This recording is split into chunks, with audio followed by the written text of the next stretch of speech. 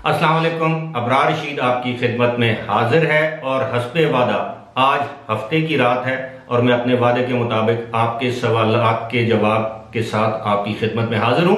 लेकिन उससे पहले मेरी आपसे दरख्वास्त है कि अगर अभी तक आपने मेरे चैनल को सब्सक्राइब नहीं किया तो इसे सब्सक्राइब कर लें। दूसरी दरख्वास्त मेरी ये है कि मैंने आपसे बहुत मरतबा ये दरख्वास्त कर रखी है कि आप मेरे व्हाट्सएप नंबर पर कॉल ना किया करें, मैं कॉल वसूल नहीं करता। आपका जो सवाल होता है वो सवाल मैं ज़रूर सुनता हूँ और उसका जवाब देने की भी मैं कोशिश करता हूँ। आज के सवालात को मैंने 3 हिस्सों में तकसीम किया है। सबसे ज़्यादा जो मुझे सवालात आए हैं, कुछ ज़ाती नवीयत के सवाल होते हैं, उनका मैं जवाब देना मुनासिब नहीं समझता, लेकिन जो सवालात जेन्युइन होते हैं मैं उनका जवाब ज़रूर देता हूँ।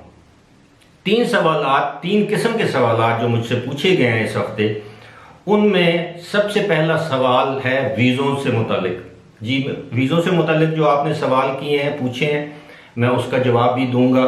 दूसरे सवाल ये है कि बहुत से लोग वहाँ पर जो बेरोज़गार हैं, जिनके पास पैसे वगैरह ख़त्म हो गए हैं, उनके सवालात का जवाब भी मैं दूंगा। तीसरा सवाल जो सबसे ज़्यादा जो मुझसे किया गया है या शिकायत की गई है, वो है वहाँ पर एम्बेसी या पाकिस्तानी कौंसलेट के हवाले से, रजिस्ट्रेशन के हवाले से, एयरलाइंस के टिकट के हवाले से। तो मैं कोशिश करूंगा इन तीनों किस्म के सवालात के जो जवाबात हैं वो आपको दूं और जो सवाल मुझसे पूछे गए मैं कोशिश करूंगा उनको एक्सप्लेन करूं। लेकिन उसके लिए मेरी आपके साथ आपसे ये गुजारिश ये होगी कि आप ध्यान से मेरी बातों को सुने ताकि आपके सवाल का जवाब आपको मिल सके। सबसे पहले मैं आता हूं, जो लोग इस वक्त वहाँ पर बेयारो मददगार हैं, जिन लोगों के पास पैसे ख़त्म हो गए हैं, जिन लोगों के पास नौकरी नहीं है, जो लोग वहाँ पर बड़ी मुश्किलात का शिकार हैं, वो अक्सर मुझसे ये सवाल करते हैं कि मैं किसी तरह उनकी मदद कर सकूं। देखिए मेरे भाइयों, मैं आप तक मालूमात पहुँचाता हूँ, मैं अपनी बात पहुँचाता हूँ। अगर मेरी बात सफारत खाने के अमले तक, हुकूमत पाकिस्तान तक, वजारत खारजा तक या मुखय्यर हज़रात तक पहुँचती है, कोई आपकी मदद के लिए आता है तो अच्छी बात है। मैं माजरत के साथ आपसे ये कहूँगा कि मैं आपकी मदद नहीं कर सकता, माली मदद नहीं कर सकता। अलबत्ता मेरी मदद यही हो सकती है कि मैं आपकी आवाज़ को उठाऊं और मुतलका हुकाम तक पहुँचाऊं। जहाँ तक बात यह है कि आपके पास पैसे ख़त्म हो गए हैं तो ज़ाहिर है ये अच्छी सूरत हाल नहीं है, बड़ी मुश्किल सूरत हाल है। उसके लिए मेरी आपसे गुजारिश है कि अगर आप वापस आना चाहते हैं, अगर आपके पास टिकट के पैसे नहीं है, वहाँ खाने पीने के पैसे नहीं है, तो आप किसी दोस्त अहबाब से कर्ज हासिल कर सकते हैं। आप अपने घर से पैसे मंगवा सकते हैं बतौर कर्ज। जब आप पाकिस्तान वापस आएंगे तो आप वो कर्ज अदा कर दें, क्योंकि इस वक्त आपका कोई दोस्त भी शायद इस पोजीशन में ना हो कि जो आपकी वहां पर माली मदद कर सके। लिहाजा आप मेरी बात समझ गए होंगे। मैं माली मामलात में मैं किसी को क्या अपील करूंगा, किस किस शख्स का मैं नाम लूँ, रोजाना मुझे सैकड़ों की तादाद में मैसेजेस आते हैं। अब मैं ये आपकी ये खिदमत करने से फिलहाल मैं माजूर या कासिर हूं। अब एक सवाल जो मुझसे बहुत ज्यादा पूछा जाता है, यानी 70% जो मेरे फॉलोअर्स हैं, जो मुझे देखने और सुनने वाले हैं, वो ये सवाल मुझसे पूछते हैं कि वीज़े कब खुलेंगे, कैंसिल वीज़े कब खुलेंगे। उनका स्टेटस अभी तक कैंसिल आ रहा है। वो वीज़ा जो एंट्री से पहले कैंसिल हो गया उसका स्टेटस क्या होगा। इस हवाले से मैं मुतअद्दिद वीडियोज़ में इस सवाल का जवाब दे चुका हूँ। एक मरतबा फिर मैं आपकी खिदमत में यह अर्ज़ करता हूँ कि जितने वीज़े ऑन होल्ड हैं, जितने वीज़े कैंसिल हैं, बिफोर एंट्री है या आफ्टर एंट्री है, बिफोर एम्प्लॉयमेंट है या आफ्टर एम्प्लॉयमेंट है, अभी वो वीज़े मुअत्तल हैं। यानी अगर कैंसिल है तो कैंसिल है।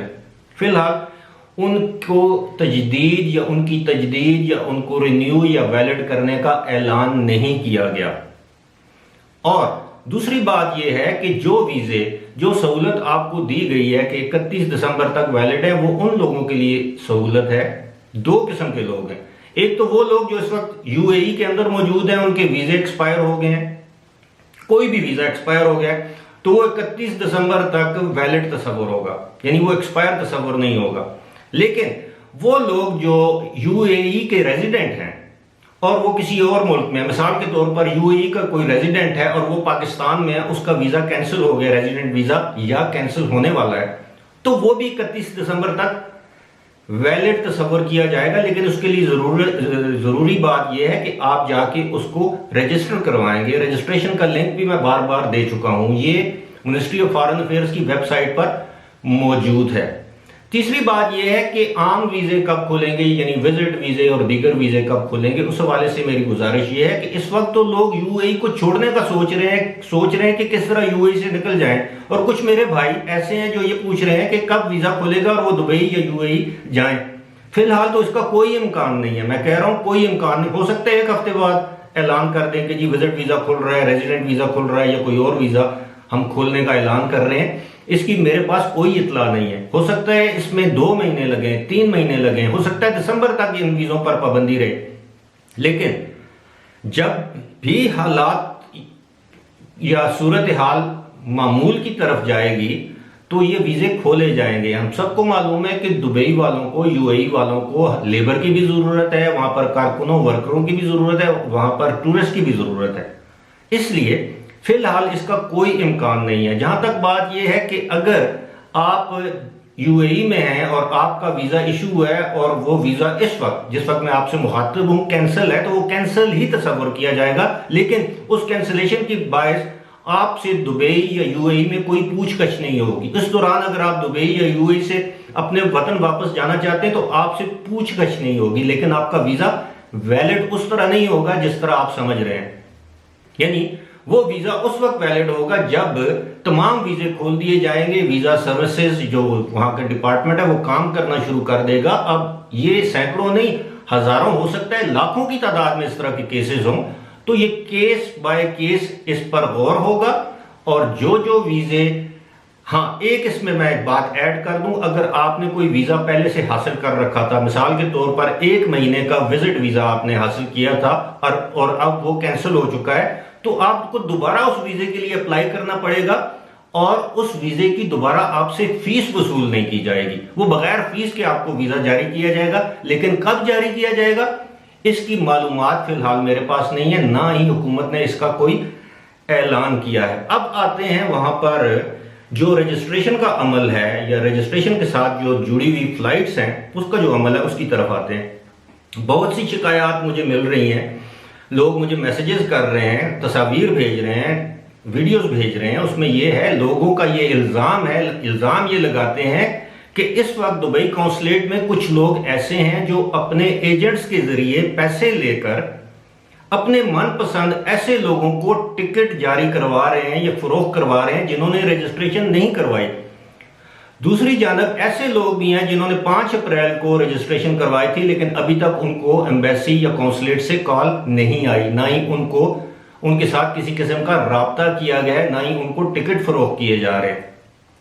साथ ही साथ मुझसे ये पूछा गया है कि क्या अगर कोई शख्स एयर अरेबिया फ्लाई दुबई की टिकट खरीद लेता है और उसने रजिस्ट्रेशन भी करवा रखी है, तो क्या उसके लिए ये लाजिम है कि वो रजिस्ट्रेशन, इन फ्लाइट्स के लिए रजिस्ट्रेशन जरूरी हो? तो ऐसा हरगिज नहीं है। अगर आपने एयर अरेबिया का टिकट खरीद लिया है, फ्लाई दुबई का टिकट खरीद लिया है, एमिरेट्स एयरलाइन का टिकट खरीद लिया है और अल्लाह करे कल ये एयरलाइन अपना ऑपरेशन फिजाई सर्विस शुरू कर देती हैं, तो आपको रजिस्ट्रेशन की जरूरत नहीं है। बेशक आपने रजिस्ट्रेशन करवा दी हो, उसके लिए क्या करना होगा आपका, जिस दिन आपकी एयरलाइन वहां से आएगी पाकिस्तान के किसी भी शहर, तो आप उसका टिकट खरीदेंगे और जिस तरह पहले आप आते थे अब भी आप पाकिस्तान या इंडिया आ या जा सकते हैं। दूसरा सवाल यह है कि रजिस्ट्रेशन सिर्फ उन लोगों के लिए है जो PIA के जरिए, पाकिस्तान की कौमी एयरलाइन के जरिए पाकिस्तान वापस जाना चाहते हैं। ये रजिस्ट्रेशन का अमल सिर्फ उस एयरलाइन के लिए है।